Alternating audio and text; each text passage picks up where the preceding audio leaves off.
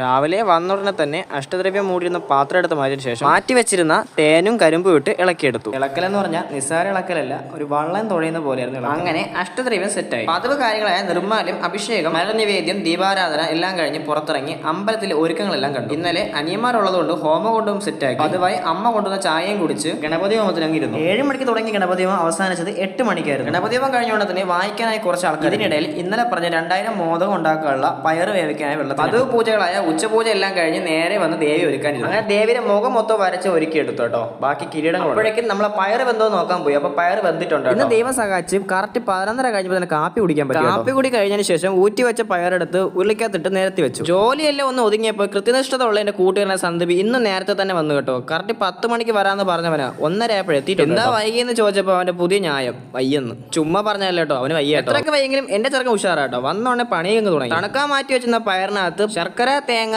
നെയ്യ് എല്ലാം കൂടി ഇട്ട് ഞാൻ അങ്ങ് മിക്സിങ് തുടങ്ങി. അങ്ങനെ മോദകത്തിലുള്ള മാവ് റെഡിയായി. മാവല്ല, കൂട്ട് റെഡിയായി. ശേഷം മോദകത്തിനായിട്ടുള്ള ഉരുളകൾ ഉരുട്ടാൻ 40ഓളം ഉരുളകൾ ഉണ്ടാക്കിയതിനു ശേഷം മുക്കിപ്പൊരിക്കാനുള്ള മാവ് തയ്യാറാക്കി. മൈദാപ്പൊടി, മഞ്ഞപ്പൊടി ഇട്ടാട്ടോ ഈ മാവ് ഉണ്ടാക്കുക. ശേഷം വെള്ളവും കൂട്ടി ചേർത്ത് മിക്സിങ് തുടങ്ങി. ആ സമയം കൊണ്ട് സന്ദീപ് ഒരുപാട് ഉണ്ടകൾ ഉണ്ടാക്കി കേട്ടോ. അങ്ങനെ ആദ്യത്തെ ഉരുള എടുത്ത് മാവിൽ മുക്കി പൊരിക്കാൻ തുടങ്ങി. അതിനുശേഷം പിന്നെ അങ്ങോട്ട് ചാറ പറ വാരി മുക്കി ഇട്ടു കേട്ടോ. അങ്ങനെ ആദ്യത്തെ സ്റ്റെപ്പ് കോരപ്പ് ഇത്രയും ഉണ്ട്. നമ്മുടെ മോദകം കാഴ്ചയിൽ അടിപൊളിയാണ്. ജോലി ഞാൻ സന്ദീപിനെ ഏൽപ്പിച്ചതിന് ശേഷം ദേവിയെ ബാക്കി ചാർത്താനായിട്ട് അങ്ങോട്ട് പോയി. ഇന്ന് എങ്ങനെയുണ്ട് എന്റെ അമ്മയെ കാണാൻ? ഇഷ്ടപ്പെട്ടെങ്കിൽ ഒന്ന് കമന്റ് ചെയ്യണം. അങ്ങനെ 2000 ഉണ്ണിയപ്പത്തിന് ശേഷം 2000 മോദകം ഉണ്ടാക്കി ഞങ്ങൾ നേരെ മഠത്തിലോട്ട് പോയി. ഇത്രേ ഉള്ളൂ. അടുത്ത വീഡിയോ കാണാം.